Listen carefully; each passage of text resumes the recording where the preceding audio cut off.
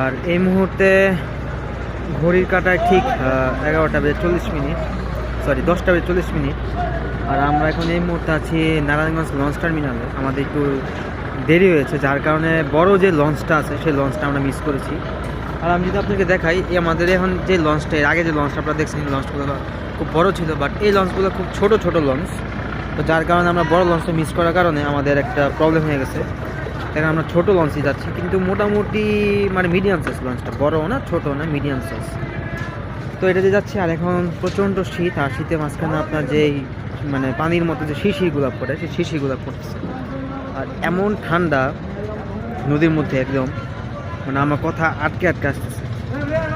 আর মনে হয় না এই লঞ্চটা আমি বেশ একটা ভিডিও করতে পারবো, কারণ এই লঞ্চটা যেহেতু ছোটো, এর কারণে লঞ্চের এখানে কিন্তু দেখবে একটা ইঞ্জিন আছে, এই যে এটা।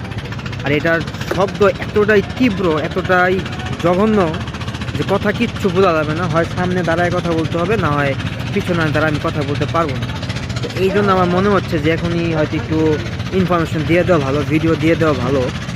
যে ভিডিওগুলো ওইভাবে আমি করতে পারবো না, কারণ আমার যে বড় লঞ্চটা ছিল, সে বড় লঞ্চটা আমি মিস করছি, আমি আর আমার দুই ভাই। যার কারণে এখন ছোট লঞ্চ যেতে হচ্ছে আমাদেরকে। আর সামনে যে দাঁড়ায় যে ভিডিও করবো তারও কোনো পসিবিলিটি নাই, কারণ সামনে প্রচণ্ড মানুষ থাকে। আর লঞ্চের যেই ড্রাইভার আছে সে বারবার বলে যে আপনার সামনে থেকে সরে পিছনে গিয়ে দাঁড়ান। তো সব কিছু মিলিয়ে এখন মনে হচ্ছে যে ভিডিও যে আশায় আসছি লঞ্চের মধ্যে ভিডিও করার জন্য, ওইটা করতে পারবো না। বাট এরপরে যে ভিডিওগুলো আছে সেই ভিডিওগুলো হয়তো আপনাদেরকে আমি প্রোভাইড করতে পারবো লঞ্চ থেকে নামার পরে। তো এই হচ্ছে একটা অবস্থা। আর লঞ্চের মধ্যে একটা জিনিস খুব দেখায় সুস্বাদু, জানি না বিশ্বাস করবেন কিনা, যে ঝালমুড়িগুলো আছে মেক করে ঝালমুড়ি বানায়, এইগুলো অলরেডি দিচ্ছে। এখন বাজতেছে, দেখাইতে যাচ্ছে না, এখন 10:40 বাজে। তো 10:40, আর এই লঞ্চটা ছাড়বে 11টার দিকে। সো ভিডিওগুলো আপনারা দেখতে থাকেন, আর আমি ওখানে ভিডিওগুলো মেক করতে থাকি আস্তে আস্তে। তো সবাই সাবস্ক্রাইব করে দিবেন, এবং ইনশাআল্লাহ আরও ব্লগ আসবে, আরও ভিডিও আসবে, দেখতে থাকবেন।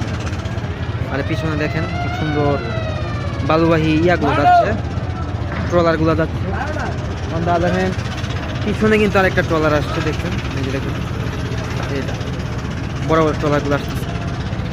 তো আপনারা সবাই তাহলে ভিডিও দেখতে থাকেন আর সাবস্ক্রাইব করতে থাকেন, আর আমি আরও ভালো ভালো ভিডিও মেক করতে থাকি।